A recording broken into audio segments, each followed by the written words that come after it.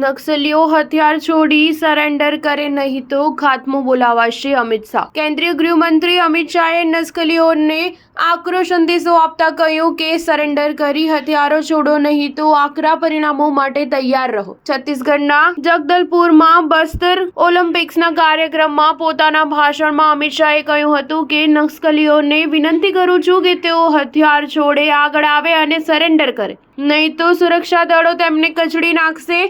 નક્સલ પ્રભાવિત બસ્તરના હેડક્વાર્ટરમાં ગૃહમંત્રીએ આ સાથે દાવો કર્યો હતો કે વર્ષ માર્ચ 2026 સુધીમાં દેશને નક્સલવાદીથી મુક્ત કરી દઈશું। નક્સલવાદી દેશને મુક્ત કરવાના વડાપ્રધાન નરેન્દ્ર મોદીના સંકલ્પ માટે છત્તીસગઢ પોલીસ કટિબદ્ધ છે। વિસ્થાપન માટેની છત્તીસગઢ સરકારની નીતિ સૌથી શ્રેષ્ઠ છે। જો નક્સલીઓ હથિયાર છોડીને સરેન્ડર કરશે તો તેમને મુખ્ય પ્રવાહમાં આવીને દેશના વિકાસમાં ભાગીદાર થવાની તક અપાશે। જ્યારે કોંગ્રેસની સરકાર હતી ત્યારે નક્સલવાદી સામેની કાર્યવાહી બહુ જ નબળી પડી ગઈ હતી। જો કે બાદમાં ભાજપની સરકારે સત્તા સંભાળ્યા પછી કાર્યવાહીએ ગતિ પકડી છે।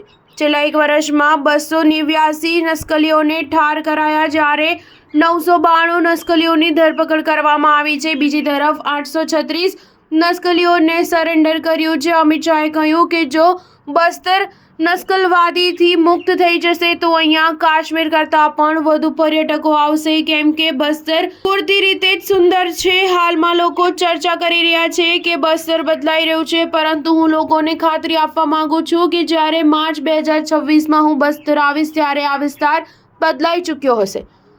જે દિવસે છત્તીસગઢ નક્સલવાદીથી મુક્ત થશે ત્યારે સંપૂર્ણ દેશ આ દૂષણથી મુક્ત થશે। અમિત શાહે રાયપુરમાં પોલીસ પરેડ ગ્રાઉન્ડમાં પ્રેસિડેન્ટ પોલીસ કલર એવોર્ડ સમારોહને પણ સંબોધન કર્યું, જે દરમિયાન તેમણે છત્તીસગઢ પોલીસના વખાણ કર્યા હતા। સ્ટાર ન્યૂઝ 7 હંમેશા સચ્ચાઈની સાથે।